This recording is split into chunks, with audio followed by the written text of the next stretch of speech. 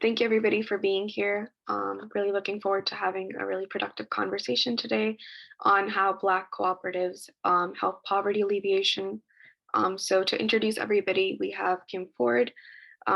Kim, in the aftermath of Hurricane Katrina, Kim helped prevent herself and others from being evicted from a major hotel chain in Texas while being unable to return home to New Orleans.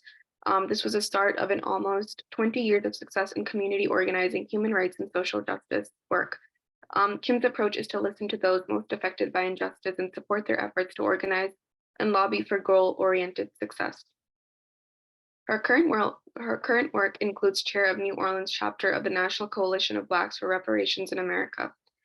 She focuses on economic stimulation, racial justice, legislative monitoring, and housing advocacy, and she is a pillar of leadership and community building all throughout Louisiana and throughout the USA.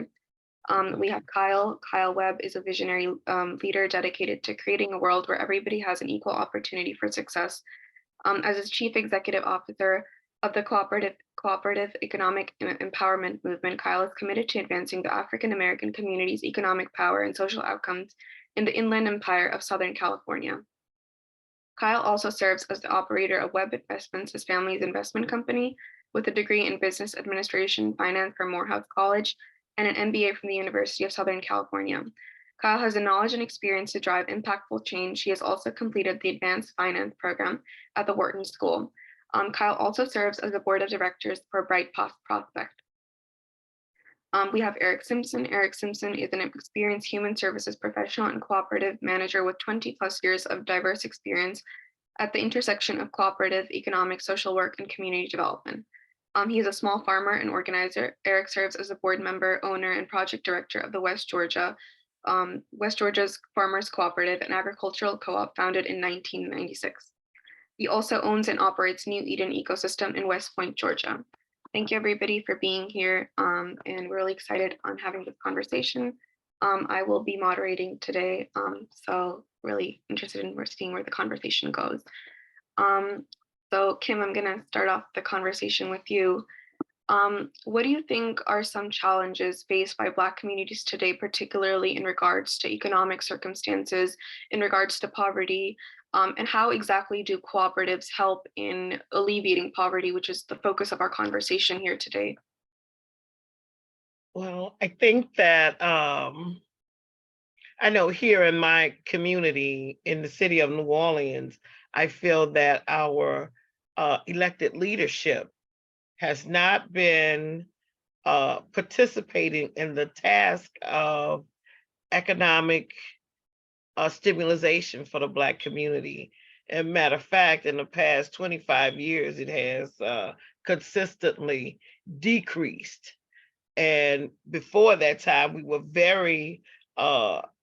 had a very cooperative mindset here in the city of New Orleans. So we have to hold our elected officials accountable at the time when they're running for office and be able to put that up to the forum and help people to realize that our economic access creates more problems for us, and I don't know, and I'm looking forward to seeing that happen more often, especially on the leadership level, because it has been difficult.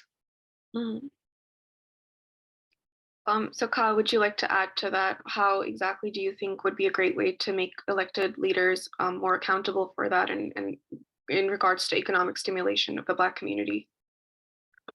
Yeah, thank you for the question, Amal, and thank you so much to the organization for having me here. I think it's a really interesting question around elected official participation in helping the proverbial us.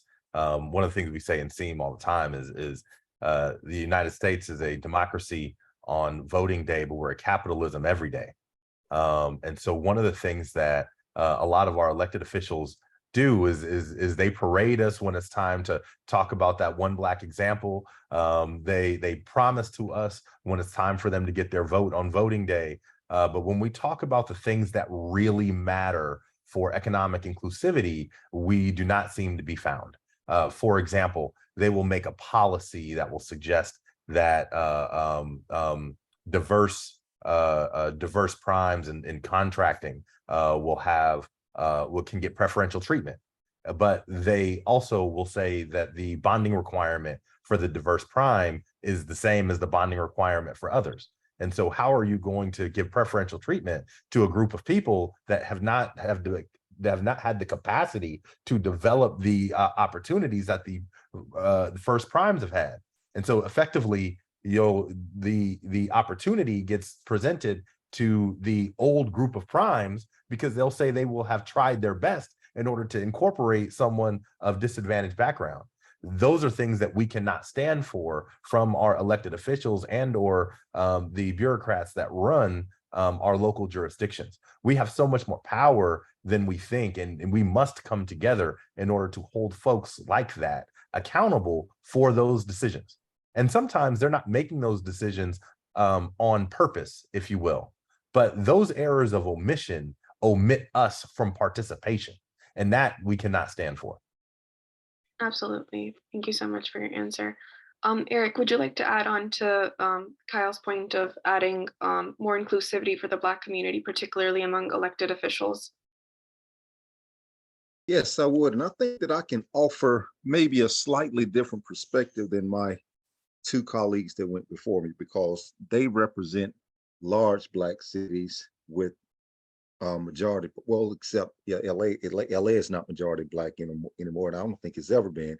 And they're actually losing Black population. Blacks literally being priced out of LA. But I know New Orleans has historically been a majority Black city with Black mayors. I think until, well, even now. But I'm in small town, kind of rural America, and I'm excited about the concept of holding Black leadership accountable, because for the first time we just elected our first Black mayor, and our population just exceeded 50% in this last census. So we're like 50%, 56% of the population now. And of course, and I'm one of these people that believe that leadership starts from the bottom up. And so you get your leaders from your rank and file, from the people that are part of your community that you seek out, and that you can put in office, that you know that has the community's interest in mind. And so how we're holding our people accountable that we've elected, because this is literally a small town where you can win by a margin of like 25 votes. And so, and we have majority Black districts, and of course, and now we have 3 Blacks, and the mayor is typically the tie in our municipal enterprise city. So it's like a 4-3 thing. And so we recently, I think like a lot of cities, in 2022, we received some of those ARPA funds. And historically, those monies have always just been absorbed by the city, put into infrastructure, and no regard for the activities or the interest of the Black community in developing the Black community. And so because of the position that we're in, the newness of Blacks just starting to have power and exercise power, we can create a model. And we're looking to create a model where resources have been denied for us for so long. We're definitely holding their feet to the fire, and of course, and pushing for those resources to finally come to our side of town, where historically they've been always going to the north side and to the east side of town. Now we're pushing for them to come to the south and the west. So yeah, holding your leadership accountable is absolutely important. And of course, by us introducing cooperative economics and building some cooperative enterprises, it gives people a chance to get something to be excited about. So hopefully next time we speak in a couple of months, I'll have something better to report to you on how holding leadership accountable in a small Black city with new Black power look like, of course, and make it look like for other comparable locales. Thank you for that answer. So Kyle, I'm gonna start off with you. I was first, everybody watching and people who don't know enough about cooperatives or may want to get into cooperative, how exactly is the cooperative model different from the typical business model, and how exactly is that facilitating Black communities? Ooh, that's a heavy question. Um, I'm going to answer that in two ways. The first way is really the legal way, to my understanding. Mhm. Typically, if you look at a cooperative structure, they are cooperative corporations, similar to a corporation that you would start if you were starting a business, or one of a publicly traded nature. And so, in a corporation, you have shareholders. Similar in a cooperative. The main difference from a legal perspective, in the type of share, essentially, is that when you're in a cooperative, you can only own one, and everybody can only own one. And in a cooperative, every share has a representative sample of, or is representative in their ability to vote for in steering and in governing the enterprise. In a typical corporation, someone could amass as much of the available shares as possible. And so that's those are one of the that's what my understanding of the legal distinction between a cooperative and a typical corporation. In terms of how they are leveraged, I think that there's a lot of distinctions there. Cooperatives are used very differently typically than corporations. Typical corporations are, because for a multitude of reasons. Number one, everyone has a voice and everyone has a share, and so in what happens in a corporation. One person might make the decisions to better themselves. In a cooperative, you have to have the group dynamic has to participate, and so having group participation, having group voting on the things that move forward, changes often what becomes available for folks, or what become the decisions that are made by the enterprise. Um, on the other side of that, I think, well, really, I would like to defer. I know Eric has a ton of experience here. I'm assuming Kim does as well. So I would like to defer to see what their perspective is on this as well. I would also, Amal, if we get an opportunity to come back to the conversation around politics and engaging politicians. I think that, there's some play that I would like to do with either folks on the panel. Absolutely. Kim, just to add on to what Kyle said, how do you think that the traditional business model is different from the cooperative business model, and how exactly is that facilitating the Black community? A regular person might wonder, like, under our current system, what are the problems that are the typical business model is not providing to the Black community, and how do cooperatives fill that void? Well, I tell you what, I see now that social media has definitely helped Black owned businesses to be cooperative and to work together. So I see it happening. And that's one thing that I see is the norm with Black co-ops, is that we are much more willing to work together immediately and equally, and we can share the common interest and be able to make it work for the good of the whole. And I see that a lot. I really do. And I'm quite excited about it. And I also feel like we're gonna make money regardless of how we have to do it, whether we do it legitimately or not. We are going to be able to work together, and we are going to do it. Now, we have here in New Orleans something that's called the Jazz and Heritage Festival, which is known across the globe, right? And so people from all over come here.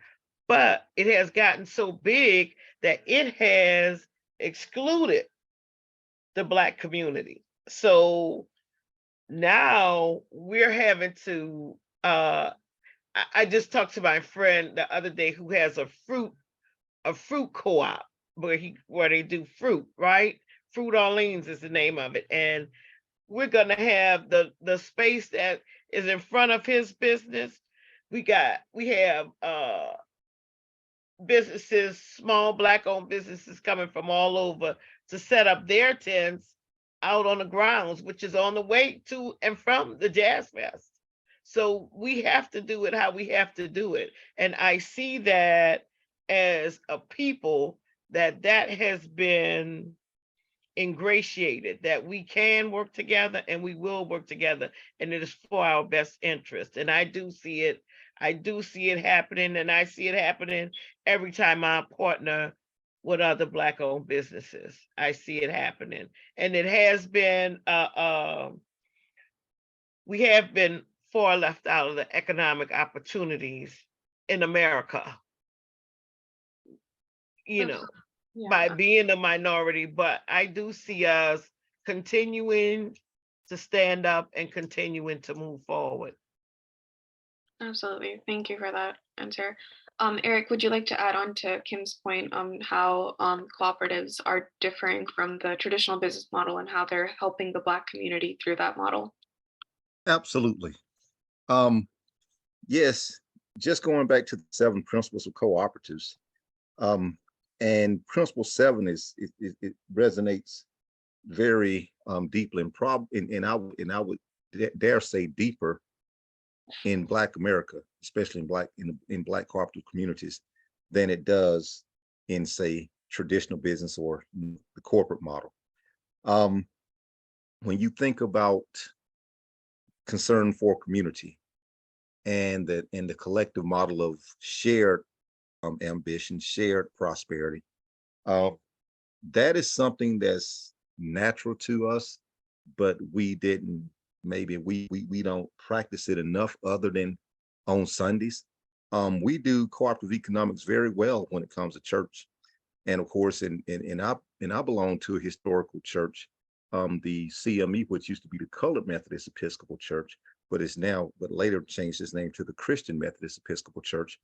We founded 4 colleges that still stand today: Payne College in Augusta, Lane College in Jackson, Tennessee, Miles College in Birmingham, Texas College in Tyler, Texas, Phillips School of Theology, which is where the ministers train. And then we also, believe it or not, have a hospital in Memphis, Tennessee called Collins Chapel. It's a senior citizen, it's a senior care facility now, but we're looking to restore it to its old glory of a hospital. And so those principles of cooperatives just differ fundamentally in a great way from the corporate get the bag, profit is the bottom line over everything, including the environment, the community. Of course, you have corporations have a legal obligation only to their shareholders, but the cooperative has an obligation to the community. And of course, and each cooperative can kind of model how they share profits in their own way. But the fundamental point is Cal was making earlier, the principle number 2, democratically controlled. You still can only have one vote. No matter how many shares you own, you still can only have one vote. So that model is something that we're going to need as a group that's largely wealthless and bottom caste to pool. And of course, I'm proud to see, I think it was FCI or Colluminate put out an email yesterday where these co-ops are growing around the country, especially Black co-ops. And so somebody's getting the message. And so in simple, the 7 principles, especially principle number 7, is how cooperatives, especially Black cooperatives, differ from traditional business models, because community for Black America means is kind of has some different dynamics than community would mean in a corporate setting, or where corporations tend to set up. Because Walmart don't think too much about community. I see where they've been abandoning a lot of places now, and of course, and so hopefully co-ops can come in and fill those gaps. So with that, I yield. Absolutely. Thank you so much. And may I respond to that a bit deeper? Because I'm 100% on the same page. You look at the 7 principles, but in terms of our community, if you look at the principles of Nguzu Saba, the Kwanzaa principles, Ujamaa, cooperative economics is right at the center. And I don't think it is I think it was really on purpose. I do not think it was a coincidence that Ujamaa is the 4th of the 7, and as it is typically written. I think that, the things that we need the things that we need in order for cooperative economics to work, whether it's unity, self-determination, collective work, and responsibility, you need those things in order for cooperative economics to be able to take hold in the community. But when you have cooperative economics, you need the rest as well. So talking about purpose, creativity, and faith, there is a communal aspect to who we are, and it goes back to the tribe through slavery. We have come together as community in a way that is not represented otherwise typically here in America. You know, the question of why do all the Black kids sit together at the lunch table? When a Black person is acting up, why do you feel some sort of shame about that sometimes, as we are, you know, whether we're talking about brothers killing brothers, it's like we feel responsibility to our community to make a real difference and a real change. And so I think the points that Eric brought up there, I think are absolutely on point. And I think it is really, really fundamental to who we are as a community group and our expression of Blackness, that we have, that we operate in and through community. There has just been so much splintering in for what it means for so many of us to operate in said community. And that becomes tough, because it used to be that, you know, the Black church was the center. The Black church in your community is where all of the things happened. It was the center of the Black universe. Today, what is it? Twitter, right? You know, only 40% of us ish and declining go to church on a regular basis. A far smaller number than that actually get community at church. They may go for their spiritual expression, but a lot of folks today are not going to get that same level of community at church. And so we've got to figure out ways to do that. I think we can leverage cooperative structures, not just to execute upon our economic incentives for us coming together. I think we can use cooperatives as a way for us to get together and align across our community building efforts that include the economics, but that's not all of it. That probably isn't even the biggest part of it. Absolutely. Thank you so much for that. To go back onto your point, you're saying that cooperatives, a very small part of cooperatives is the economic aspect. So I would love to hear from you, Kim. How do you think Black cooperatives are fitting into today in America, into the larger social framework, into the social movements that are going on, such as Black Lives Matter, and this uproar of freedom and justice that people are going towards? How do Black cooperatives fit into that narrative, and how are they facilitating in that conversation of the social aspect of it? I think, as always, we are very present in social activity because we are very social people. We are, because we have had to be. We have had to be social. We have had to be in community because we are the minority. So we have to really kind of partner with each other on so many levels that it makes us have to be able to be around each other socially. And I just feel like the more that we come to realize that, because every day in America, we are being eliminated from the economic structure. So by need, we have to, in order for us to survive, we have that primary need to survive, and we will survive, and we're going to make our own access to be able to do it. And we have no other alternative. There is no other way except that power is not given without demand. And right now, the demands are being made, and I see the growth every day. When I see the growth, and when I see the joy that it brings to people being able to fellowship and work together, and when we also able to celebrate a common cause, it makes that economic opportunity just thrive and grow. And I see it happening, and I feel good about where we are progressing as a people with cooperative, with the self-determination, to support ourselves and demand our opportunity to support ourselves. Absolutely. Thank you for that. Eric, would you like to add on to how Black coppers are fitting into the social framework and social movements that are going on today? How exactly is that facilitating the conversation? Yes, absolutely. I'm starting to see an uptick in groups, using the term cooperative and collective, even though they may not be formal cooperatives.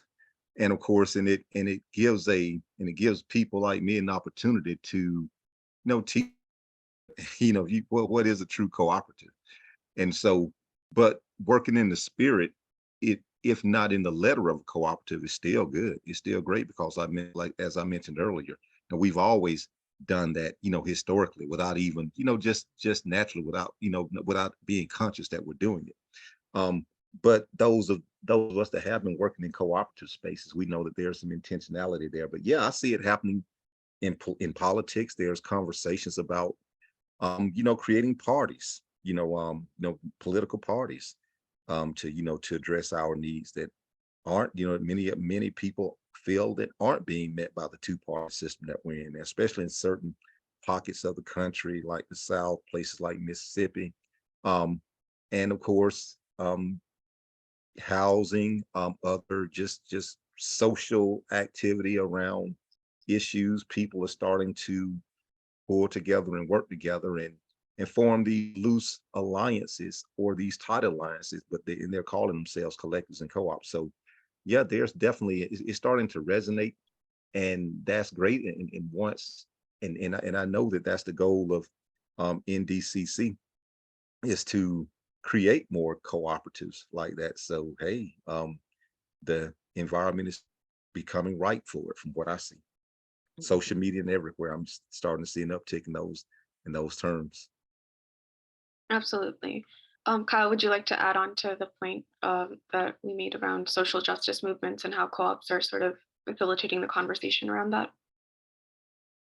Yeah, I think there's just a huge amount of opportunity. Anytime you're talking about spaces for community to happen and thrive, there's an opportunity for co-ops to be the structure that enables that.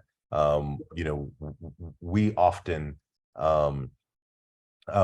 rely on leaders that are really awesome and passionate, bolden leaders, who are singular kind of in their nature and who are kind of a force and a whirlwind, to create change and to lead us. One of the things I like about cooperatives, especially as a legal form for social justice movements, is eventually you need organization in order to carry things forward, carry the mission forward.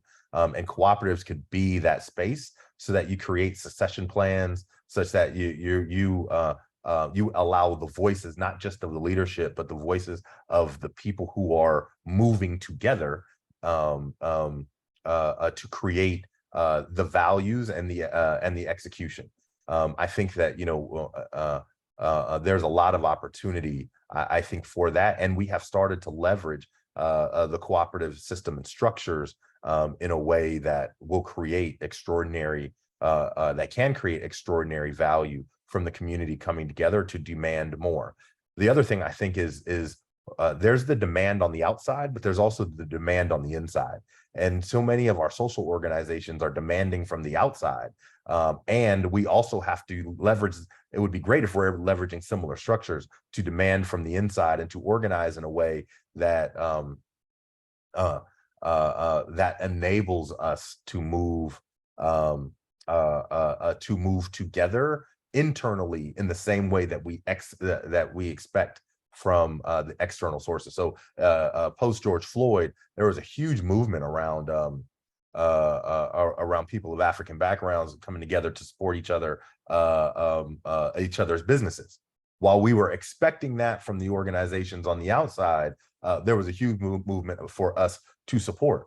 And when we support those kinds of businesses, often the financial rewards are accruing to the individuals that own those businesses, not to the community as a whole, right?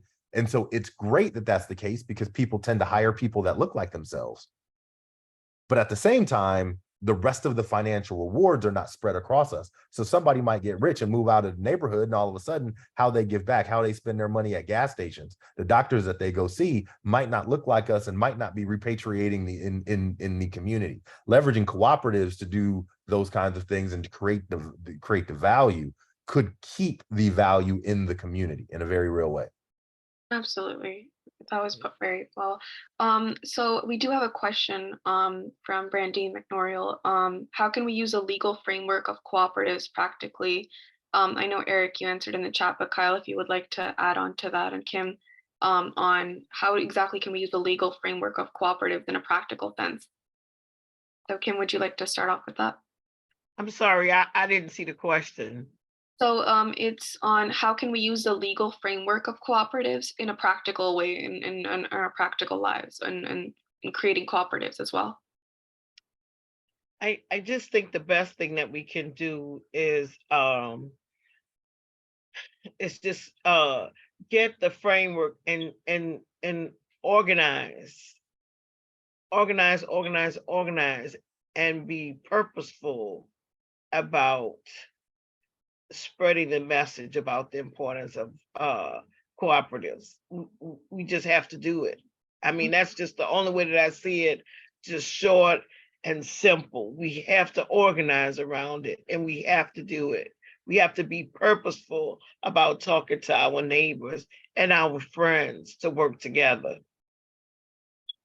Absolutely. That was really well put. Kyle, would you like to add on to that?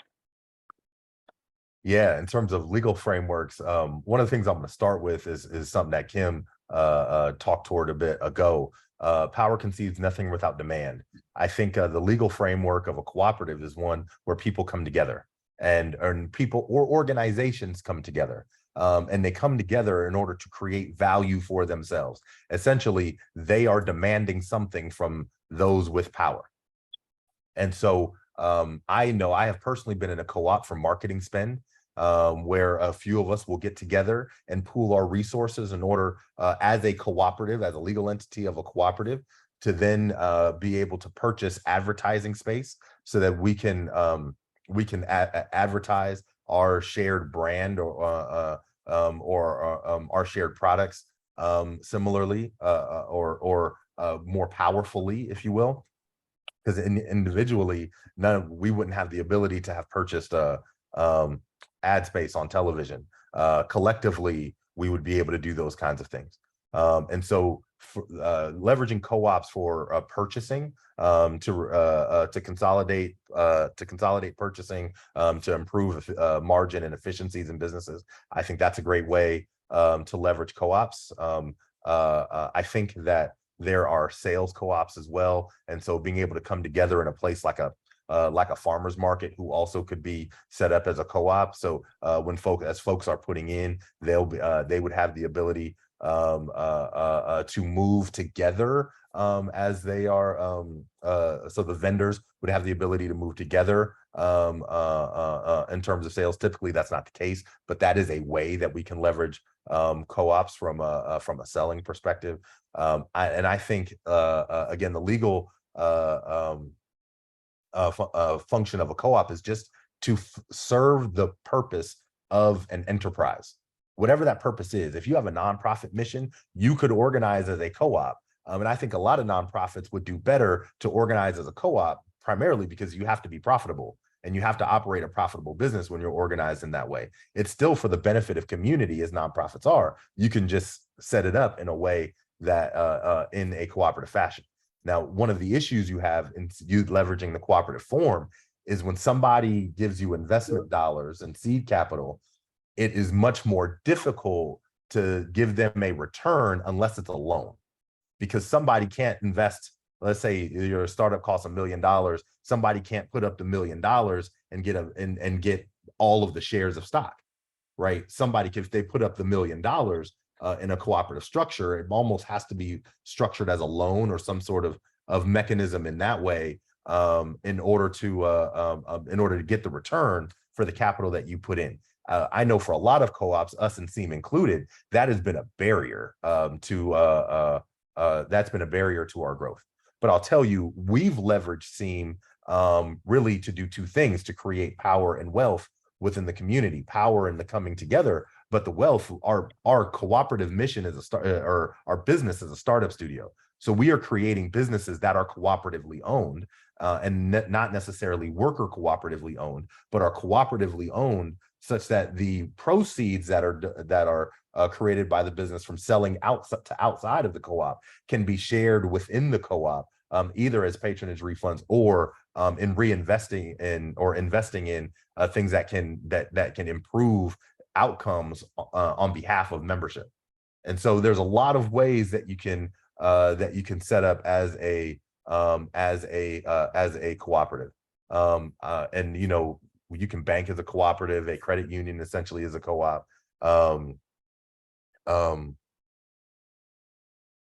Sorry, I was reading a question in the chat that I will respond to there. And I'm missing like a huge co-op form that I'm missing just in the moment. But there's a lot of any business that you could set up not as a cooperative, you can also set up as a cooperative, and anything that you really want to do, you could set up cooperatively, such that governance and ownership are spread across community members. Absolutely. Thank you for that answer. Eric, would you like to add on how, I know you answered in the chat as well, but just for the other people, would you like to answer on how we could use the legal framework of co-ops practically? And a lot of it has already been said, but just basically a cooperative is a business formation, like an LLC is a business formation. A partnership is a business formation. It's just another business formation where you have multiple owners that are in some ways community owners. Whether it's for profit or nonprofit, you can still, in accordance to most other businesses, you can set it up, and of course, and as I mentioned when I was answering the questions, some states have more favorable statutes governing co-op. Some states have none at all, and some states aren't cooperative friendly. But there's ways around, of course, getting a co-op, of course, creating a co-op that operates in the spirit of a co-op, even maybe not in the letter of a cooperative. And so I would encourage those people that are serious about, changing the structure of their business, their current business, to a co-op, or creating a new co-op. There's resources out there. USDA has a PowerPoint, how to form a cooperative. And if you have cooperative development centers in your states or in your regions, they're good resources. The Federation of Southern Cooperatives is one of the, I guess, most traditional kind of organizations that we know in the Black community that does that work. But over in Georgia, we have a young cooperative development center called the Georgia Cooperative Development Center, GCDC. Does a lot of work in helping new co-ops form. And there may be some others, and you can reach out to the University of Wisconsin at Madison. There's resources. But in short, you can practically, engage practicality just by simply treating it as another business formation, but of course with a collective ownership, as opposed to just a sole proprietorship or partnership, like kind of we're used to doing. And so, but farmers, and of course, farmers and agriculture co-ops are perfect examples where you have, you can have small co-ops where you got 5 to 10 farmers that get together, maybe purchase land and sell their products together and profit together. So, and that's another business, but it's just owned by everyone. So it's pretty, we hope to make it the norm as opposed to the exception, as those who champion co-ops continue to do our work. Absolutely. Eric, you mentioned, and you mentioned in your answer how the legal framework of cooperatives might be different in every state.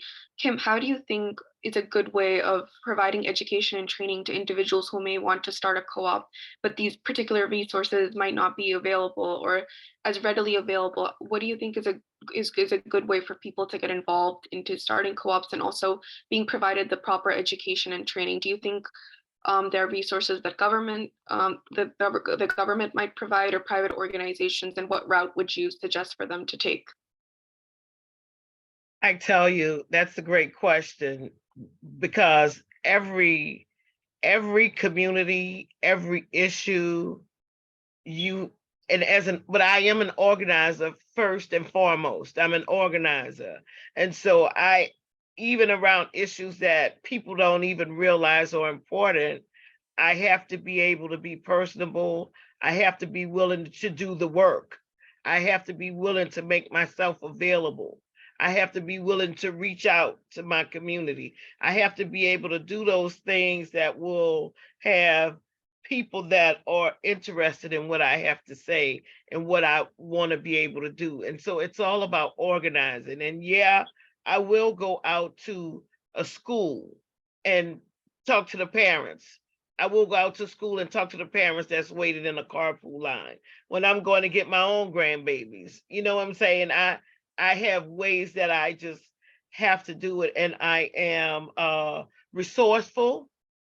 I am unafraid, and I like reaching out to my community. I like talking to my community, and it's one of my that's just one of my favorite things to do. So I think that as we move forward, we have to be willing to seek and research and just find that support and talk with other people. Listen, be able to listen, be able to hear what other folks are talking about is important to them, because I guarantee you we have more in common than not, especially around economics. And we all realize that we are being left out of the economic picture. We can see that. We can see that what the news media is an entertainment industry and no longer about news, because I don't hear the suffering that we have to the lack of economics on the news, but we know it in our own pockets. You know what I'm saying? And the biggest reward that we can get from that is that our money stays with us in our community, and it's worth the effort. It's worth the extra work. And so everybody who's on the call, I want to be able to see this is a platform. NDCC is a platform. Absolutely. Thank you for that answer. Kyle, would you like to add on to how we can provide the necessary education and training for individuals to learn more about cooperatives and be more involved in cooperative? Yeah, I think Kim nailed the answer 100%, just off the chain. Some of the things that I'm going to talk towards here are about the ecosystem that is not yet available for cooperative development. We don't have nearly enough attorneys that understand cooperatives well enough to execute the mission of cooperatives, especially if you're not a cooperative around farming or purchasing. There's a lot of resources around farming and purchasing. There's not a lot of resources around it for the other things that you want to do. And a lot of those firms are fairly expensive for startup firms that don't have the capital to pay for those kinds of legal services. And so I think that there is an entire ecosystem. Like, banks don't know how to bank cooperatives well, especially that they don't understand they understand, again, farming co-ops, they understand purchasing co-ops. They don't understand other types of co-ops and how they can necessarily be leveraged. I think that there is an ecosystem that we've got to develop, not just so that we can attract entrepreneurs who would create ventures that can be cooperatively owned, but I also think we've got to create the ecosystem to support people that are in business and set up to do so cooperatively. And that, I think, is a huge challenge and obstacle for which to overcome. But the more that we create demand for cooperative business formation, I think the more folks will come to, or firms will come to be able to support it. Absolutely. Thank you for that. Eric, would you like to add on to the conversation on how we can provide the necessary education and training for Black cooperatives and the cooperative framework? Yeah, absolutely. Yeah. In addition to having a dearth of legal expertise, another critical expertise in this co-op ecosystem that needs to be developed is the accounting and the bookkeeping piece, because there is this patronage dividend that really dominates the way cooperative economics executes in as far as how we share profits and of course surplus, and of course, and that's a very most esoteric and complicated concept for a lot of people to grasp. And so as you reach out to your cooperative development centers, if they, most of them should have at minimum an attorney and a CPA. If they have one of those, you can probably get somewhere. But of course, without either one of those, then of course, maybe they can lead you to some other resources, and definitely take advantage of, speaking of education, use your university system, especially your land grant institutions, your 1862s and your 1890s. And for those that term is esoteric, sound esoteric, those terms, it sounds esoteric to. 1862s are your typically your PWIs, your schools like your major university in your state, like here in Georgia, that's University of Georgia. Over in Alabama, it's Auburn. Florida, it's the University of Florida, Gainesville. South Carolina is Clemson. And then the 1890s are the HBCUs, counterparts to those schools, like in Georgia's Fort. Alabama's blessed with two. Tuskegee, which is private, but was grandfathered, happened to be one. And then of course, Alabama A&M, and of course, Alcorn State over in Mississippi. So those schools have what you call cooperative extension programs, and they were built on the cooperative. Their agriculture schools, and in that information, and those curriculums was built on the cooperative model. So reach out to them, and even in your local county, if you should have a local county extension that's connected to those universities, they can find those. They can help you navigate that complicated university system, just like that complicated USDA system. Sometimes there's a lot of layers in there, but they can help you navigate and get to those people. So yes, big need for education, especially as I was saying earlier, people are starting to hunger and thirst for a model like cooperative economics, like collective economics. Just probably don't have the expertise to guide them on how to structure it. So education is definitely key. Absolutely, thank you. And then we do have a question. How do we have effective conversations about people in the community? How do we encourage them to switch their shopping habits, spending habits, instead of spending on more mainstream products and services, to particularly switch over to Black businesses, Black cooperatives? How do we start that conversation with them, rather than supporting the mainstream products and services that are available? So, Kim, would you like to start off the conversation? I thought I tried to put a comment in there to answer that question, because that's a great question. It's easy to sit here in this forum and say, yeah, it's easy. We can do this and we can do that, but it always has to start with you. It always has to start with you. What are you doing? I can tell you what I'm doing, and it's definitely things, because my co-panelists have definitely given us a lot of tools today. But what I do is that I am in the community. First of all, my neighbors know me and I know them, and where we shop at, where we eat at. I have groups on a Facebook chat. You know what I'm saying? I have groups on where Black folks eat. I have, and so we get to support, and we are purposeful in supporting those businesses that we share interests with. So if I know where a co-op is popping up, I'm bringing folks with me. I'm not just going by myself. I'm bringing folks with me. I'm bringing my live feed, and I'm inviting folks to go as well. I just get out and do the work. I get there, I do the work, I talk to people, I follow up with them, I keep mailing lists. You know what I'm saying? I put them on a network so they can reach out to me and I can reach out to them. And I just do it that way. And it has been it's got to start somewhere, unless you already, and then you also have to realize too that everything you do as far as co-ops are concerned, you don't have to be the one to create it. There may be some already in progress, and you have to find them Are they, because they need to find you. I'm sure they would have a space for you and talk about what they're doing. It doesn't have to always start brand new. What do you think about that, co-panelists? Absolutely. Thank you. That was a wonderful answer, Kim. Yeah, Kyle, would you like to add on to that? Sure. I think again, I would feel like just I'm on repeat, like Kim hit the nail on the head.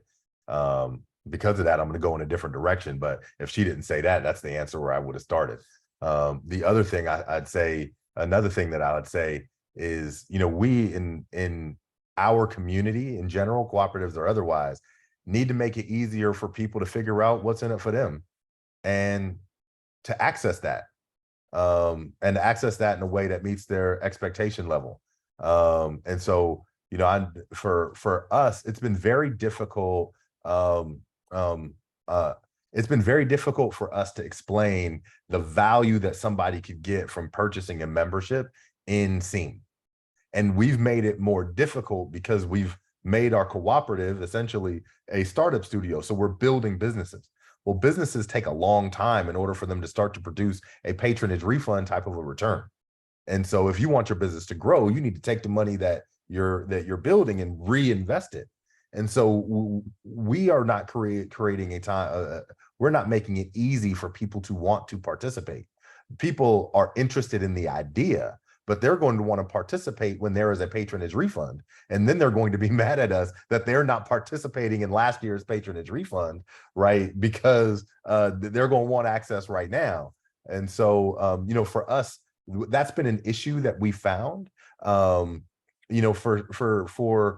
our form of cooperative, and how do we make it more accessible? I've been in a purchasing co-op before, and it was extraordinarily accessible. It was very easy, and it was very easy for me to understand what's in it for me, right? And so those things made a lot more sense. Cooperatives, there's a lot of education we have to do to bring people along, but the first thing you have got to do is really get them in the room before you've started to bring them along, so that they have a reason to be there. And then eventually we can introduce them to cooperatives but if they're participating before they understand cooperatives, we will create value and can create a groundswell that people can really take ownership and buy into. Absolutely. Thank you for that. Eric, would you like to add on to how the Black community can feel more comfortable? How do we make them more comfortable buying from Black-owned businesses and cooperatives rather than the mainstream products and services that they're being provided? Yes, we have to promote, sell, and advertise the value and the benefits of those products, just like, of course, mainstream and corporate America sell theirs. Let's face it, we've been made a consumer class. Most of the American consumers have been made a consumer class just from the bombardment of ongoing, constant advertising, commercials, the food system, of course, that we've been participating in, the gluttony of cheap products that are accessible to a lot of people.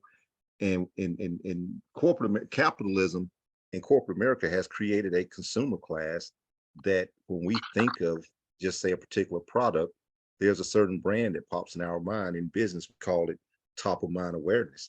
And of course, it's not something that we're going to change overnight, but co-ops, especially grocery co-ops, food co-ops, is a great laboratory and a great place to begin that process, because you can go and you can see other products and you can taste other products that are comparable, if not better, than a lot of these national brands.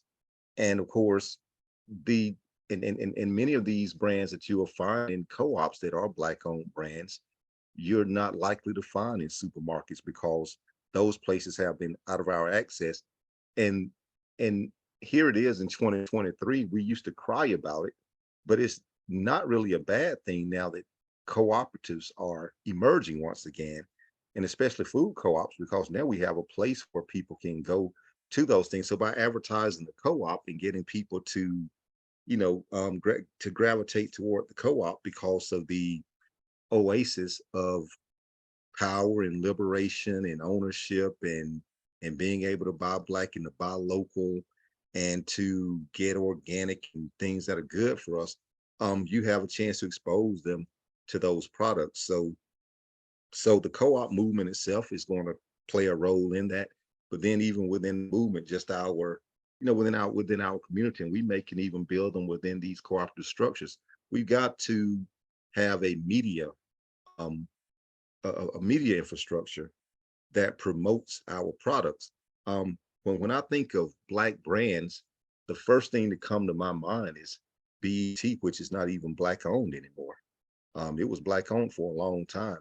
And if I were to think of another black brand prior to BET, of course, I don't know if I'm older than him, but I'm confident that I'm probably older than Kyle.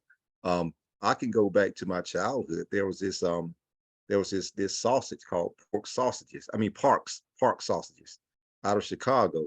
Look, cute commercial. More park sausages, mom, please. That's the last black product that comes to my mind that was black owned and of course black branded, where it was clearly a black brand, other than some of our hair products like Johnson and Johnson, Bronner Brothers, Posner, some of those, which many of those were gone and gobbled up by major corporations. So if we're going to be economically relevant in the marketplace, we got to have black brands that can compete. When you think of any product, there should be a black brand that should pop up. Just like when you think soft drink, you think Coca-Cola, you think there should be another brand that pops up. Just like I mentioned, when you think TV networks, somewhere along you think BET because of that brand. So that's our challenge. It's not going to happen overnight, but this is a good place to begin within our infrastructure, with our structure and reemergence of black cooperatives. Absolutely. Eric, you mentioned how a lot of Black-owned brands were taken over by corporate conglomerates. Kim, I would love to hear your opinion. How do we prevent we were talking about this new Black cooperative movement. Exactly do we prevent history from repeating itself? How do we prevent Black-owned businesses that have been successful being taken over by corporate conglomerates? And how do we prevent that? I don't know, but if you find out, tell me, I tell you. And it's being so I see it now being purposefully done, just like Eric was talking about, the whole BET thing. And now, I see that the Essence Festival, and it was such an uproar when they were no longer black owned, that now it is black owned, but it still operates in a manner that has no inclusivity of the community. And that's really what I'm seeing. And if I wish that I could find out things to do to make that stop, and be more conscious. These larger businesses and organizations have to also I guess it's just about us trying to make them, once they've made it, to look back and see what they can do to bring other folks across as well. Absolutely. Absolutely. Kyle, would you like to add on to how we can prevent that cooperatives from being taken over, successful cooperatives from being taken over by corporate America? Yeah, so I think there's a distinction there in the question you asked me in the first question, but I'm going to answer the first question because personally, I don't think it's a problem at all that folks who own their businesses are selling. I think, again, when you have a business that is owned by a person, that person gets to make the determination for what they do with their business, whether they sell it, whether they market it to Black people, whether they support the KKK or the NRA or whoever they want to support. People get to make those decisions. I think that if we were to be more supportive of cooperatives, especially consumer cooperatives, where we get to, especially consumer cooperatives, I think, and potentially worker-owned co-ops, but maybe not. But especially consumer cooperatives, if the consumer co-op is a consumer and a producer co-op, I think that we would be able to membership wouldn't allow their cash producing enterprise to be sold. I think it would matter more and matter differently because the dollar amount wouldn't be so large that they would be enticed to sell, and their lineage would be or their legacy would be more tied to people having the ability to participate now and then into their future. I think leveraging the cooperative model would we would see in those firms that there would be far less of that. But I don't begrudge anybody from getting your money. It's democracy on voting day. This is capitalism every single day. And so if you want to be able to participate in capitalism, you better have your capital on deck. Otherwise, use the capitalism. And you can't be in capitalism as a capitalism and think that you're going to be able to make change. And so I'm not mad at anybody for wanting to change, for wanting to make that change for themselves and their family and their future. But at the same time, I do think we would keep more stuff Black owned longer if we made it co-op. Absolutely. Eric, would you like to add on to that? Yeah, just to bring it full circle. That's the collective versus the individual dilemma that we face as a community. And I guess especially given our situation as for economic position as a group in America, right? There are some real life examples where co-ops have kind of held their ground and not allowed themselves to be purchased. One in particular that sticks out is Ocean Spray. Now, Ocean Spray for years was courted by Pepsi hard. Pepsi was trying its best to purchase Ocean Spray, but Ocean Spray said no. Now, because they were a co-op, of course, you had a lot of decision makers. And of course, and that's why it's important when you're building your co-op, if you got like-minded people that know from the very beginning, this is something that we want to own and control for generations to come, they already are on code, so to speak. And so obviously, if Pepsi think that's valuable, that should be a signal to me as an owner, we probably need to keep this. Just like Green Bay Packers, it's probably, you're probably not going to see that team being sold anytime soon because it's just too integral to that community. And co-op, the cooperative dynamic is just so ingrained in that population in Green Bay, Wisconsin. They'll probably never sell to some wealthy billionaire. And just going back to the BET and the Bob Johnson model, certain institutions, and as a cooperative champion, I believe certain institutions need to be community owned. Those institutions that really have a lot of influence in the way in our collective interest in that are almost like an existential threat if we didn't have them.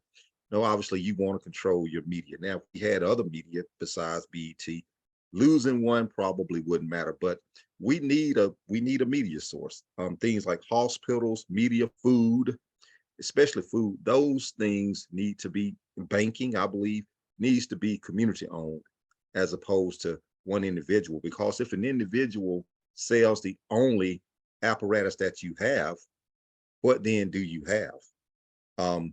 And that's one thing that I love about the cooperative movement, especially around food co-ops. You're not waiting for, in the past, when something like a Walmart or I even remember when like Starbucks used to leave these Black communities that thought that they had achieved a level of affluence, and a Starbucks will leave and they will be crying and saying, like why did they leave? And can we get another? No, create your own. That's the message that we're trying to push through cooperatives.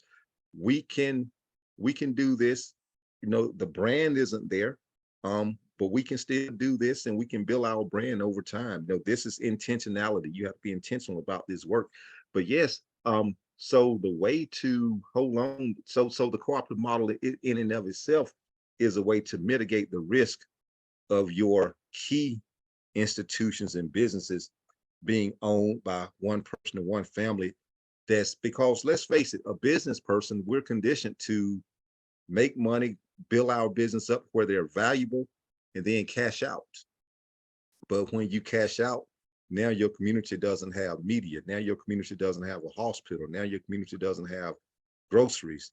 Now your community doesn't have those critical things that hundreds of thousands, if not millions of people may depend on. just for one person to be a billionaire. So that's what we're trying to, that's what the whole objective of cooperative economics is about, is trying to get us off of the corporate and the capitalist mindset that is more about the me than the we. Mhm. Absolutely. So one of the questions that were asked was, how can we use co-ops to engage politically, and what agenda should be pushed that will enable, that will benefit workers at the end of the day? How do we do that through politics?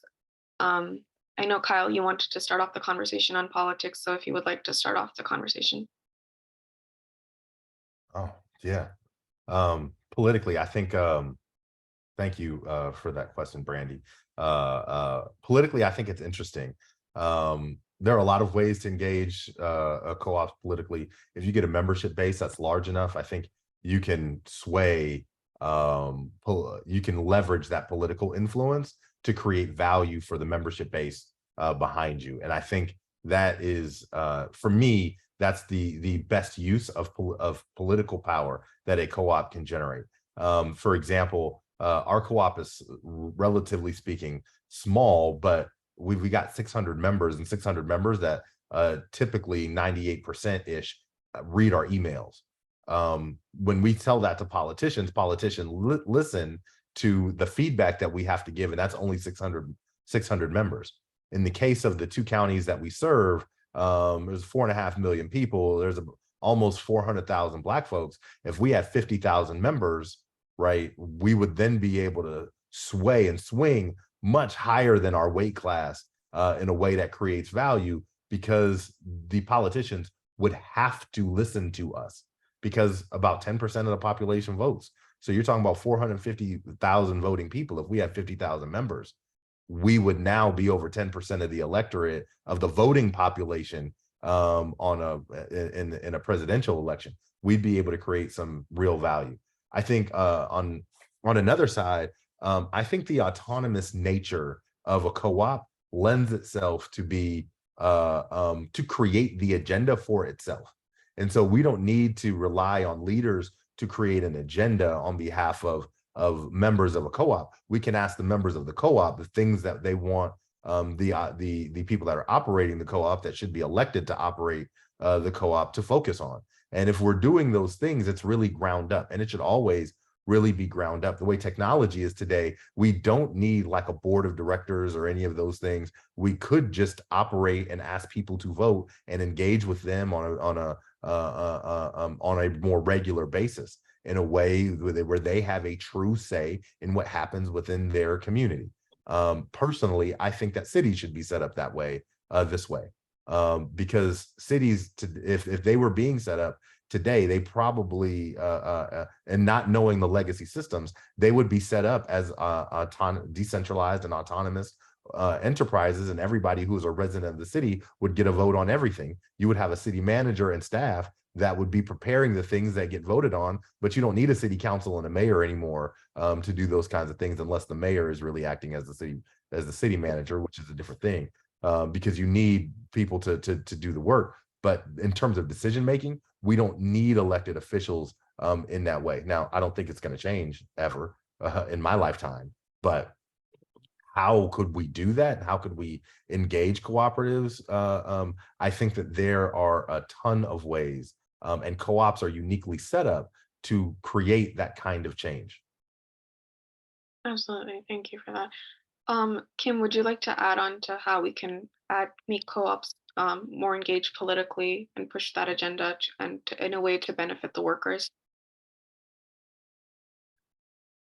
I liked Kyle's comment about we really don't need to wait for our politicians to do it. I think that the best time to engage really is to, I think, engaging our prospective leadership, monitoring the Secretary of State's office to follow those people who are coming up for terms in their elections. Every state in America has a Secretary of State. So it's SOS dot the two voting initials for your state.gov. and there is a space on there. It was supposed to be a space on there to go and follow your elected leadership. It has contact information. And if you need the leadership, and I think that they also have access to funds in order to support some of your efforts, and you can really, the best way for you to find that out is just to call them and try to talk with them, schedule a meeting with them, because constituents and voters are very powerful, and we have to recognize where our power lies, because that's how the country is set up. You know what I'm saying? So we do need to be able to use those resources that are available to us. I also monitor what's happening with Congress. I look to see what bills are being passed. I look to see what money is what's going to be distributed. And we all have access to that. And we have to be able to use that. Not to say that that is the only way, because nothing is more important than being able to reach out to your community, but people who we elect into office, they have to engage in some accountability as well. And we have to be the ones to make them accountable, because they're not going to be accountable on their own. And so I look to talk with them. I look to see what programming is available, and I look to see how that fits into what we're working on. Absolutely. Absolutely. Eric, would you like to add on to how co-ops can play a part in the political framework? Yes, yes. As we've heard, and as I've seen, and as we will see again, cooperatives flex a lot of political muscle, just as much political muscle as we're trying to flex economic muscle. Because what you have in a co-op, especially just going back to, of course, where I'm at, right? We're a city that's relatively small compared to my colleagues, less than 40,000 people, but, enough people. But, and where races like the mayor, the sheriff are won by less than 1,000 votes. So if you got 500 to 1,000 to a couple of thousand people in a cooperative, because cooperatives consist of members that are, principle number 7, concerned about community. And of course, many of them are activist minded. They are conscious. But the fact that they are in a co-op speaks to their level of consciousness. So this is an attractive group of constituents that are going to have influence if they're organized. And of course, and so that's the beauty of this new cooperative movement that's emerging. Not only are we addressing economics and in many cases food issues, we're definitely addressing political power just by our numbers and our organizing capacity. So yes, and just going to my co-op was founded in 1966, and I've heard stories of where in neighboring counties, in one of our neighboring counties, we got the first Black elected to a school board. The co-op showing up to vote. This was in the late 60s when Blacks were just starting to really utilize their the power of the vote, because it was a new thing, and of course, in the late 60s, early 70s. And so co-ops can still make that kind of change. And of course, and not only can they, but co-ops will make that kind of change in their respective locations. Absolutely. There was a question in the chat. How do you use the Community Reinvestment Act to bring banks, investors, and others to fund? We use this approach to increase access capital to Black businesses. So, Eric, if you would like to start off the conversation. Yes, the Community Reinvestment Act is pretty much mandated, is mandatory for banks and lending institutions. And from all of the information and the research that I've done on CRAs, Black communities haven't really benefited much from CRAs, despite the fact that many of our institutions faithfully and religiously, literally, churches put their money in these banks. And of course, banks don't return those monies by ways of scholarships, community investments. But I love to see us leverage them through forming credit unions and of course, and use monies to that would be pretty interesting. Using banks using their CRAs to build their competition. I'm waiting to see how that's going to look, but it's very possible that that could happen in this if CRAs were truly um, dispersed the way that they're supposed to be dispersed. We would really see a lot of funding opportunities for a lot of these services that we need. But yeah, I'd love to see us really um, exploit that or explore and exploit that source of funding a lot more aggressively than we have in the past. And to be quite honest, a lot of us don't know about the CRA and know how to access those funds when they're available because of course we just those banks are typically corporate banks. They come in our community, they set up shop, and of course they merge within a couple of years and like my favorite bank merged. And of course, and so if you don't have anyone, fortunately for us, we have someone in our co-op that works for those banks. And so we kind of stay abreast and we look to leverage some of those funds here in the near future. But it's an important source to tap into. And I'd love to hear from people that's got more knowledge and experience about how they've probably leveraged those funds because I'd love to hear, some of their success stories. Absolutely. Kyle, I saw that you raised your hand if you would like to add on to what Eric added. Yeah, this is my first time not being like in lock and step with the panelists. My experience of CRA is that it's designed to do a lot of the things that Eric mentioned, and so I know all of the big banks near us, the Wells Fargos and the Chases and all the things. They move money through community development financial institutions all around the country. And a lot of those CDFIs, all of those CDFIs are nonprofits, but a lot of those CDFIs are Black and Latine led. And so the goal there is to essentially fund the competition, as Eric had described it. But the competition for folks to provide for capital providers that provide capital in spaces where the big banks would not play. And so typically that's how I experience CRA dollars being used in ways that is helpful. The thing is they're providing this capital that has to have a return put on it by the CDFIs. So if they're loaning money to the CDFI now, right, at 2%, the CDFI has to loan it at a spread. So they're loaning it out at, let's call it 7%. So that 2% just became the difference between what you would have gotten if you would have been able to get that loan at bulge bracket bank, call it Bank of America, versus having to go to the CDFI. So that CDFI capital is a bit more expensive than it would be were you able to go directly to the bulge bracket bank. But typically that is how I experience it. One of the issues I have with the way CRA is written is it's written to provide most of those monies are provided to create economic value for those banks, not to create value in the community.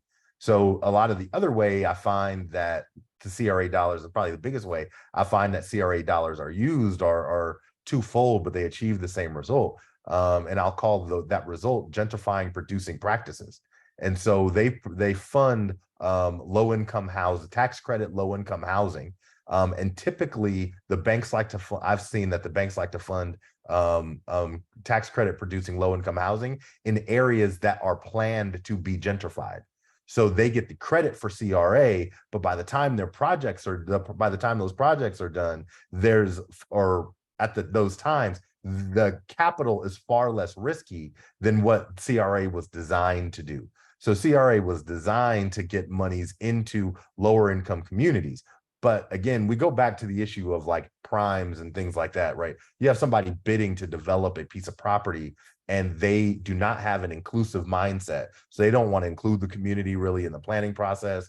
They're planning on moving people out of the properties that were acquired, and they plan, even if it's low-income housing, they may move back in a population of the people who were moved out, but the community may change significantly based on that dollar amount, because now the low-income housing to build low-income housing is the most expensive way to build anything in America. It's mind-boggling how that thing works. You're gonna make it for poor people, but you're gonna make it the most expensive. One of the things that happens is that price per square foot for the low-income housing translates to the next building over.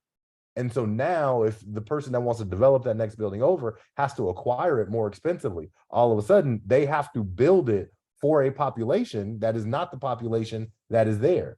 And so that's one of the ways that gentrification either happens or gets started, which is one of the reasons also why the banks like to invest in places that are going to be gentrified by the time the development process is completed. And so I think CRA, as it's written, I mean, it's a law, right? The Community Reinvestment Act is what governs, is one of the things that governs banks' eligibility to operate in the United States, especially if you're a large bank. They require you to have branches in places so that you can provide, so that financial services would be provided to people who typically don't have access. But you know, those branches are always right on the cusp. It's like, yeah, you might be in the neighborhood a little bit, but really, like, you're in the neighborhood a block away from the neighborhood that you really are serving. You're not centering your program to helping the people like that need the help, financial help in the community. So I think there's a lot there. I also think that there are a lot of banks that have realized that doing good work can produce good return. And so you know, they're Black-led banks. Liberty Bank is one of my favorite banks to study out of New Orleans. You know, they got $1 billion under management, and they loan the same amount to Black folks as Wells Fargo, almost like trillions under management. You know, like you don't need CRA to be able to create good value for communities. Where I am in lock and step with Eric is the topic on cooperative banks, right? Credit unions are cooperative banks typically. And so, you know, if we can develop more of a network where the financial rewards that accrue to the credit union would be spread across the cooperative community, those are the kinds of things that would produce a whole lot more value. Those wouldn't be set up as a nonprofit though, so they probably wouldn't be as eligible for CRA credit. And that is a function of how the law is written. Absolutely. Thank you. That was a really enlightening answer. If you would like to add, Kim, how do you think the Community Reinvestment Act, how does it bring banks, investors, and others to fund? And how do we use this approach to bring capital to Black businesses?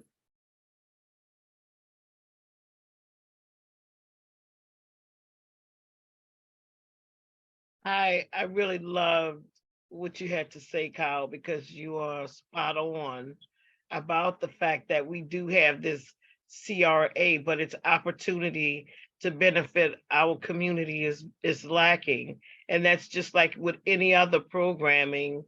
It could say that it's meant for one thing, but we have others who will continue to position it so that the bad behavior is continued, and it negates the opportunity to be able to use this to benefit our community. Because when the houses are being built for low income homeowners, it charges them, well, it sells at a rate where it may have been, the value may have been 80,000 to rehab the property, but then you sell it to someone for 200,000, 300,000, and it further I mean, it's no way that this family who on their salary is going to be able to continue to pay the notes on that property, you know. So even though it may have been used by, it may have started out with funding from CRA to a CDFI, by the time it's all over with, it is what it is. And I just think that we need to really just be aware. And I just keep seeing it. I don't want to be despondent, but I just see every time we get programming that's supposed to help, it just does not. It just does not. And that's what I'm seeing with CRAs and the CDFIs and just the policies and practices that go along with that. My experience has not been that good. But I wish that it was such a thing that we could use in our co-op to be able to create our own CDFI, you know. Absolutely. So 7:30, we usually open up questions to the speakers, and we've been having a lot of wonderful questions coming in. So another question from Jonathan Chance is, what should be considered when forming a member stakeholder structure that includes grassroots, community-led organizations, families, and individuals? So Eric, if you would like to start off, what should be considered when forming a member stakeholder structure that includes community-led organizations, families, and individuals? So what should be considered when forming a community-led structure? Yeah, I think I got the gist of the question. Yes, your community is your community. You want a broad representation um, of your community and your co-op if possible, but it all depends on what your co-op's objectives are. For instance, our co-op was formed as an agricultural cooperative, but over time, there's not as many farming families as there once were. So we broaden, and of course, our membership can be anyone that's in the food system, that's in the food chain, culinary entrepreneurs, chefs, educators, value-added producers, and of course, consumers. And consumers are the most important piece in the food chain because those are the ones that ultimately determines its success. And so that goes to principle number one, voluntary open membership. And a lot of co-op organizers, they're kind of stumped around that question and the spirit of the question, right? Because it says open and voluntary and non-discriminatory. The bottom line is you can vet and screen who you want in your co-op, because at fundamentally the people that join your co-op have to align with your goals and your mission and your purpose.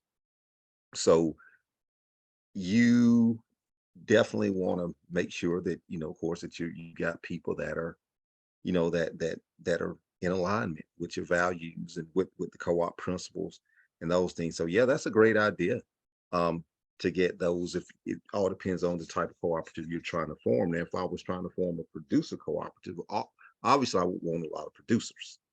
But of course, and there are some co-ops that are small that only has a few producers and they do well because their objective is to um, make money for their producers, whether they're farmers, fishermen, or whatever the case may be. So it just all depends on what the intent of your co-op is. So yes, having a lot of grassroots people obviously is a great thing, grassroots in spirit. But of course, it's just like, for instance, if you want a credit union, you want people that can make deposits into your institution. Because the unique thing about what makes a co-op is that its members uses its products or services. So not only are we building the thing, but we're also the customers of it. And so that's how the money circulates, that's how the revenue, and then you grow. So because as I mentioned earlier, at its base, a co-op is a business. And you want to generate business, you got to generate revenue because you want the business to sustain itself, but you're just sharing the profits and the surpluses and the pain and the expenses among a larger group of people. So that's my best stab at it. Absolutely. Kyle, would you like to add on to his answer? I think Eric hit the nail on the head. There's a lot more questions, and so I don't need to add more hot air. Absolutely. Kim, if you would like to add, or you should move to the next question. I think you're muted, Kim. Okay, I'm sorry. We could go to the next question. Okay, sure. So the next question that we have is, where do you see the cooperative model in the next 5 years? So Kim, if you would like to start off with that. I'm sorry, where I would like to see the cooperative model in the next 5 years. Yeah, where do you see the cooperative model in the next 5 years? Oh, I'm feeling very confident about, I mean, just over the past year, I have seen that there are opportunities happening across the country for co-ops, and I am very excited about that. And I think in the next 5 years, it's going to be a very commonplace. And I feel like we're just in a zone right now where that's just the only place where Black America is going to be able to come alive economically. Mm, absolutely. Kyle or Eric, would you like to add on to what Kim mentioned about the cooperative model? I'll go ahead. Yeah, I'm like Kim. I'm pretty excited because like we've had a couple of co-op revivals or movements, strong movements or revivals in the United States, the 70s, the 90s. But why I'm so optimistic now is because Black communities are catching fire with this with cooperatives and the value that they hold. I'm seeing a lot of book clubs that are reading Collective Courage. They're being introduced to Dr. Jessica, and of course, and they're learning, especially as people start to grapple with, what do we do, or how can we build our communities? How do we create this next quote unquote Black Wall Street, as you hear probably Yeah. in every conversation that you have? And of course, in their being open to the co-op model. So I see it growing. Just simply, I see it growing in the next 5 years. I mentioned the article, the email that I received from either FCI or Colluminate that detailed how there's an explosion of Black communities that are trying to invest in co-ops. So and like I said, different from the past. This has got a lot more Black-led organizations or aspiring Black-led organizations that are part of this movement as opposed to some in the past. Absolutely. Kyle, would you like to add on to that? Yeah, I think that there's a appetite for structures that can achieve multiple results. I first started to see it in like L3Cs, which are LLCs, but they have three different tranches, and so they have a share class that acts like a nonprofit. They have a share class that acts like a B corporation, and they have a share class that acts like a normal participant, if you will. And the B corporation just means limited return, and the nonprofit part means you can donate to them like they're a nonprofit at the same time. And so I think with that, I think co-ops are also going to get some very interesting models that are going to be introduced. And I think some of those could alleviate some of the pain points that we have. Like if our cooperative had a ownership structure that had essentially two shares, a share for the cooperative membership, and that membership still had 100% of the voting and governance for the enterprise. But we also had a financial class of shares that can produce the return that would be required for people who are putting in the seed capital to start the business, without it acting like a loan. So your balance sheet is still intact in a proper way to be able to grow. I think those kinds of things are going to help cooperatives grow.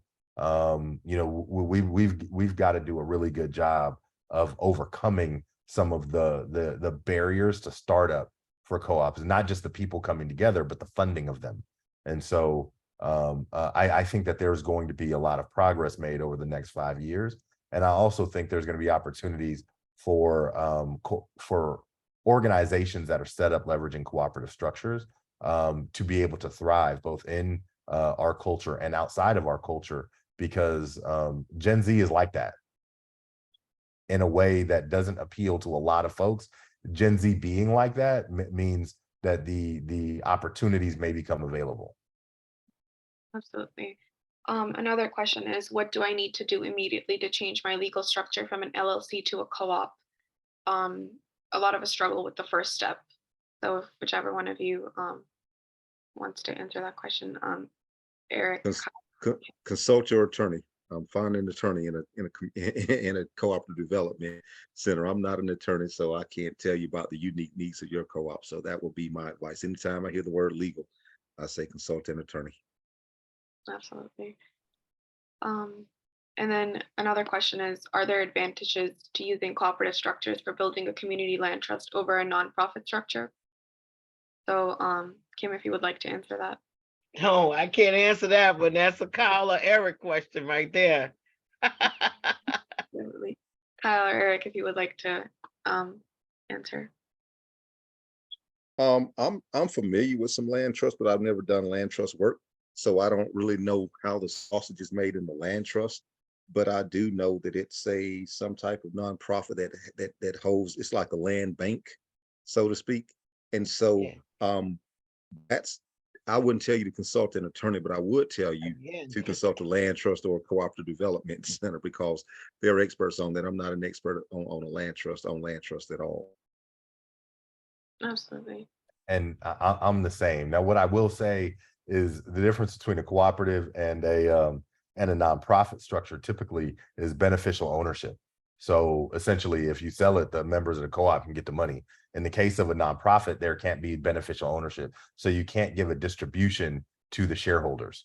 And that's the advantage that I would say that a cooperative structure for things versus a nonprofit structure for things generally is to me. Absolutely. And as questions keep coming, we'll answer them.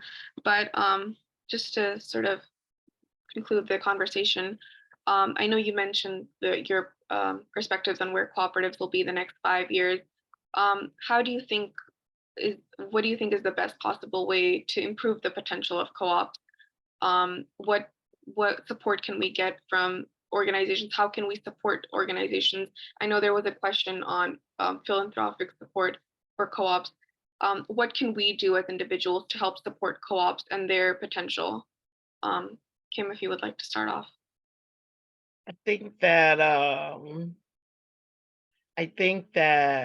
and I want to be able to give just a straight to the point answer, and that to me is to speak with NDCC, because that has been my cornerstone for direction on funding, on setting up my co-op, on all of that. I found the leadership here to be very supportive in helping me to know where my money should go, how I should spend it, and wait, not just how I should spend it, how I can operate effectively to be able to achieve the goals that we're setting to achieve and to get information.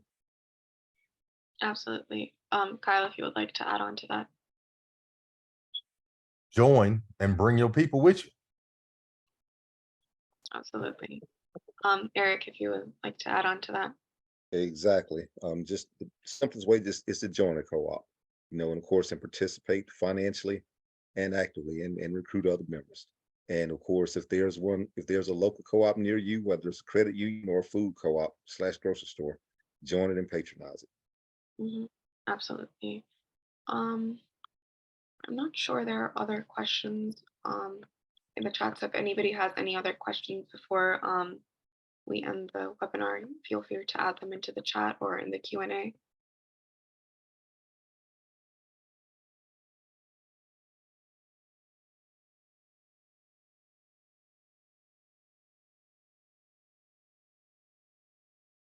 And then before we end, we would love to hear about your personal experiences regarding your own cooperatives as well.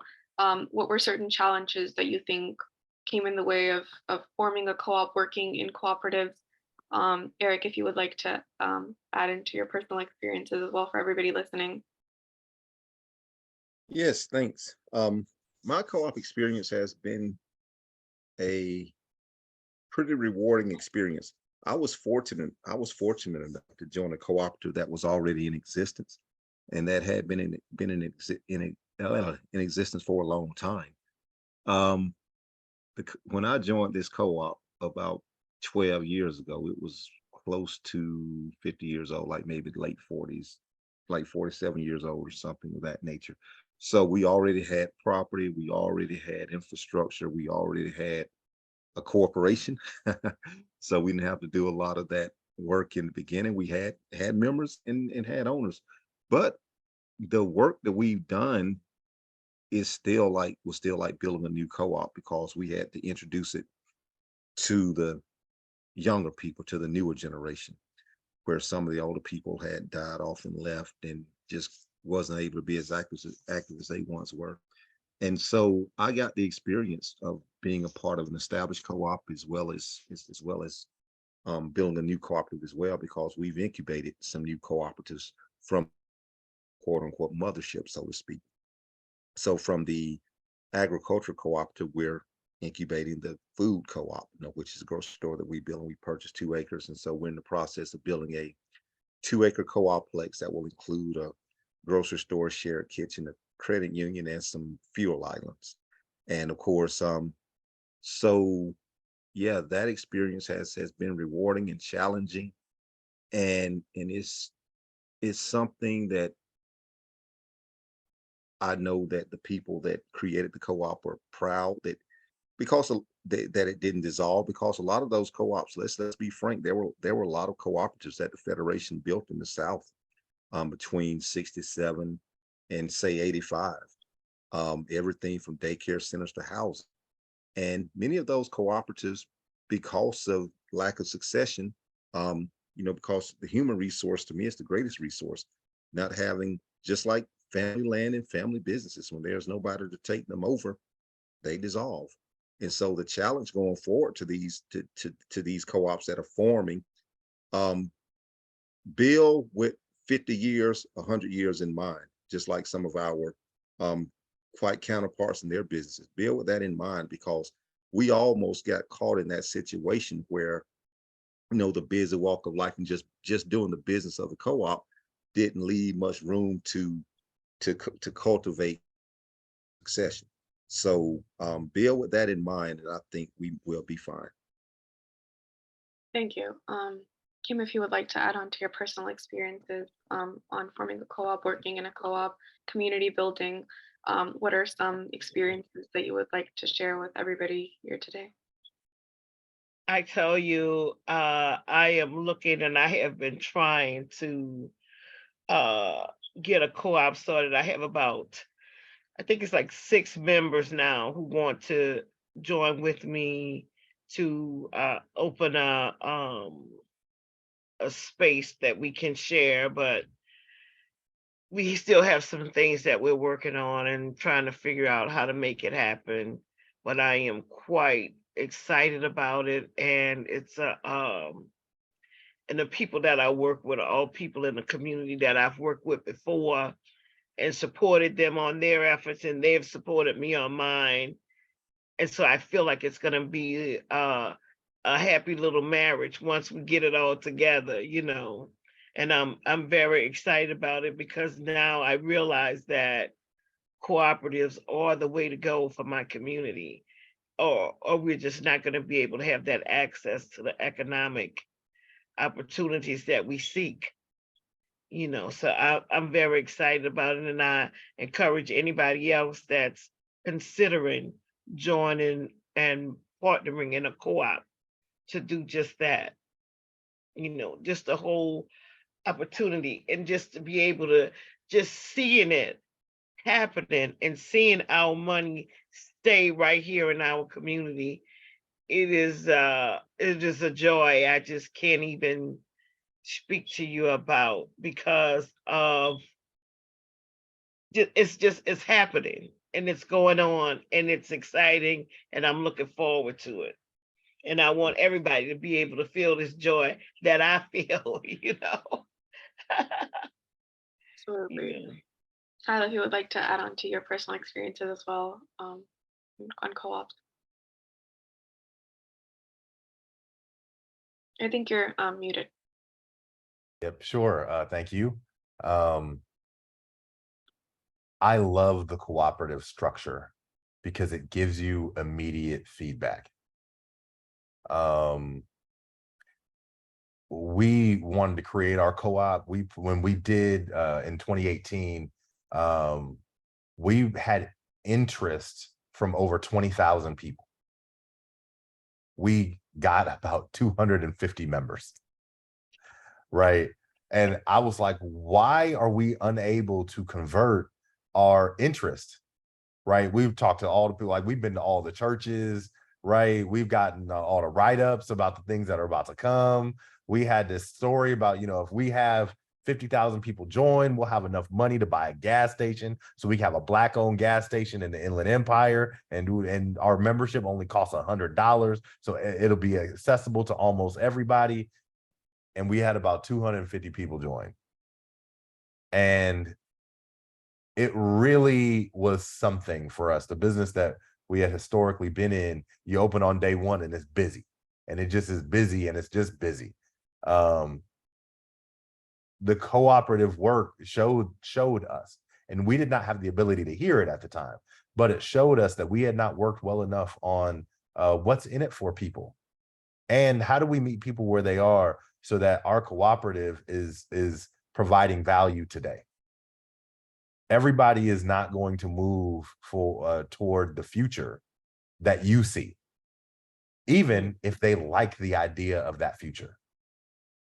And so I've learned a ton about my ability to lead successfully and not.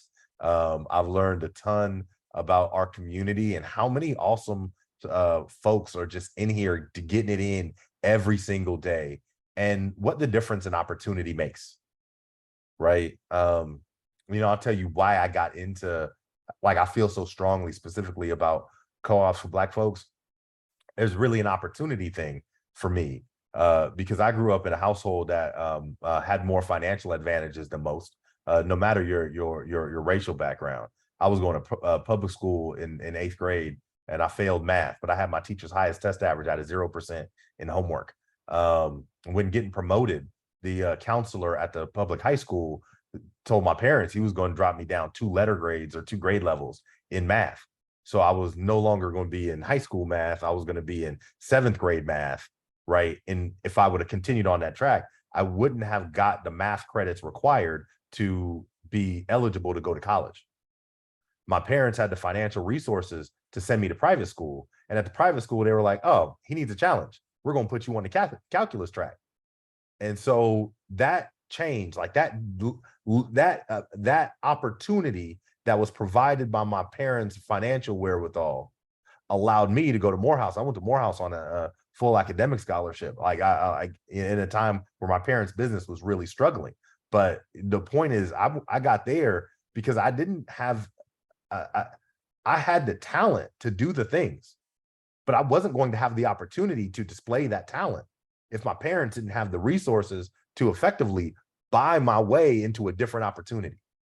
And so I think for us, there's a tremendous opportunity in co-ops to create those kinds of opportunities for us, not just those few of us who have the ability to buy our way into those kinds of opportunities.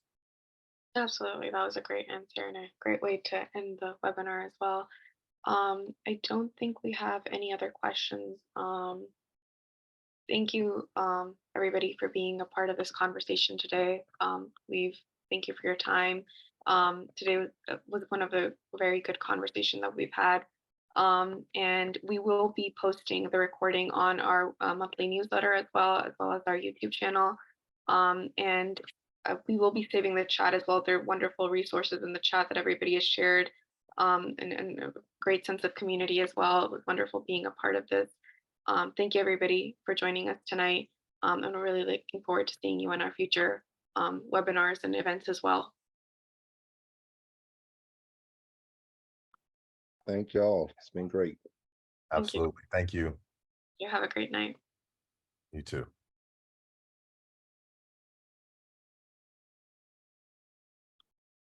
Can we get a copy of the and if you give me an audio, I just need the audio actually, and I can play it on my radio show.